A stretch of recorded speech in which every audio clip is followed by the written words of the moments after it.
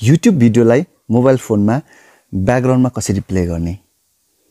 यदि तपाईहरु पनि YouTube भिडियोलाई मोबाइल फोनमा ब्याकग्राउन्डमा कसरी प्ले गर्ने भनेर सोच्दै हुनुहुन्छ भने यो भिडियोलाई पुरा हेर्नु होला। यदि तपाईहरुले पनि YouTube एप्लिकेसनमा भिडियो प्ले गर्नुहुन्छ त्यसपछि ब्याक आउनुहुन्छ अथवा होम बटन थिच्नुहुन्छ भने त्यस्तो अवस्थामा तपाईहरुको भिडियो प्ले हुन बन्द हुन्छ। तर ब्याक आइसकेपछि अथवा होममा गइसकेपछि पनि YouTube भिडियोलाई ब्याकग्राउन्डमा कसरी प्ले गर्ने भनेर सोचिराख्नु भएको छ भने म यो भिडियोमा तपाईहरुलाई YouTube भिडियोलाई कसरी ब्याकग्राउन्डमा प्ले गर्ने भन्ने बारेमा सम्पूर्ण जानकारी दिनेछु। नमस्कार, म प्रजन राई र यहाँलाई स्वागत छ mission top Nepali tech YouTube च्यानलमा। र आउनुहोस् ढिला नगरी भिडियोलाई सुरु गरौँ। सबभन्दा सुरुमा चाहिँ म YouTube मा एउटा भिडियो प्ले गर्दै छु। जस्तै म एउटा भिडियो प्ले गर्दै छु YouTube मा। मैले YouTube भिडियो सर्च गरे र म एउटा भिडियो प्ले गर्दै छु। यहाँ देख्न सक्नुहुन्छ मेरो एउटा ब्लग च्यानल छ, म यसलाई ओपन गर्दै छु। यो YouTube मा चाहिँ यो भिडियो चाहिँ प्ले भइरहेछ। तर म यसलाई होममा थिच्छु, म होममा जान्छु, ब्याक गर्छु। यसो गर्दाखेरि यो भिडियो प्ले हुँदैन।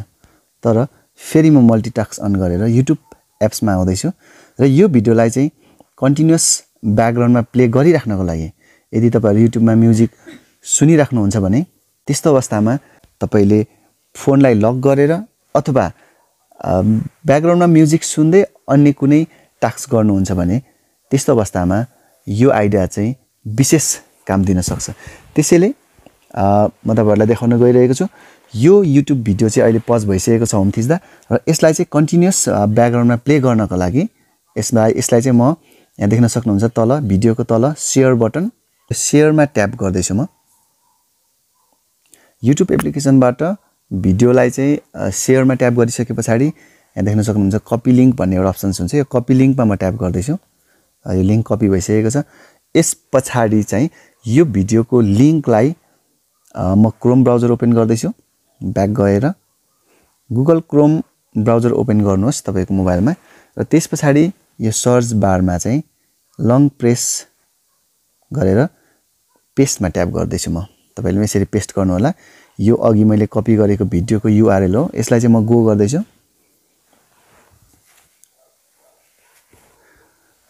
र यति गरिसकेपछि यो भिडियो चाहिँ गुगल क्रोममा चाहिँ यो लोड भइसकेको छ र यसलाई चाहिँ अहिले चाहिँ यो मोबाइल मोडमा छ। माथि देख्न सक्नुहुन्छ m.youtube.com र यसकै यो राइट टप राइट साइड कर्नरमा 3 डट्स देख्न सक्नुहुन्छ, माथिल्लो 3 डट्स, यसमा म ट्याप गर्दै छु।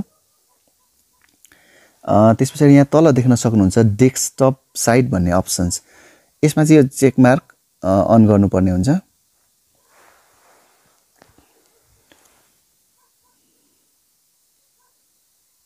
यो चाहिँ डेस्कटप साइडमा लोड हुँदैछ। जस्तै हाम्रो ल्यापटप अथवा डेस्कटप कम्प्युटरमा जस्तै तरिकाले चाहिँ यो लोड भइराखेको छ।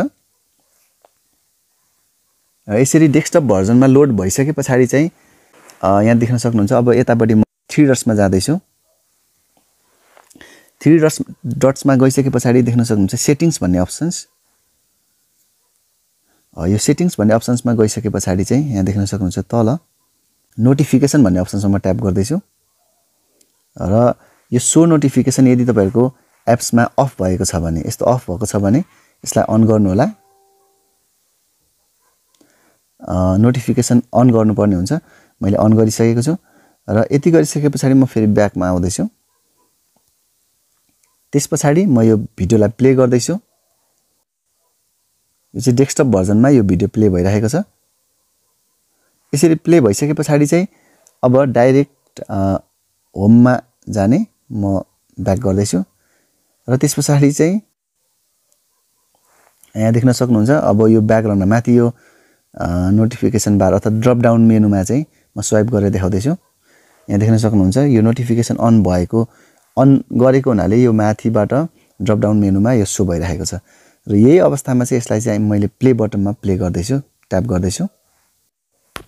यति गरिसकेपछि यो YouTube भिडियो कन्टिन्युअस प्ले भइरहेको छ। यहाँ देख्न सक्नुहुन्छ टाइम ड्युरेसन चाहिँ अगाडि बढिरहेको छ 42 43 44 सेकेन्ड छ र यसलाई चाहिँ मैले अब यो अवस्थामा चाहिँ मल्टिटास्क अन्य टास्कहरु पनि एकैसाथ चलाउन सक्छु अथवा चाहिँ यसलाई चाहिँ मैले लक स्क्रिन गरे भने पनि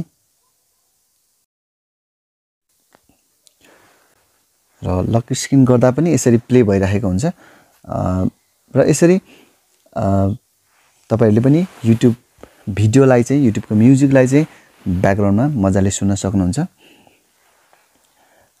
र भिडियोको बारेमा राम्रोसँग बुझ्नु भयो नै होला भन्ने आशा पनि गरेको छु र भिडियो मन पर्यो भने कृपया लाइक गरिदिनु होला र तपाईहरुको साथीलाई शेयर पनि गर्न नबिर्सनु होला र मेरो च्यानलमा नयाँ हुनुहुन्छ भने कृपया च्यानललाई सब्स्क्राइब पनि गरिदिनु होला भन्दै अर्को यस्तै उपयोगी भिडियोमा भेट्ने बाचाका साथ बिदा हुन चाहन्छु हस् नमस्कार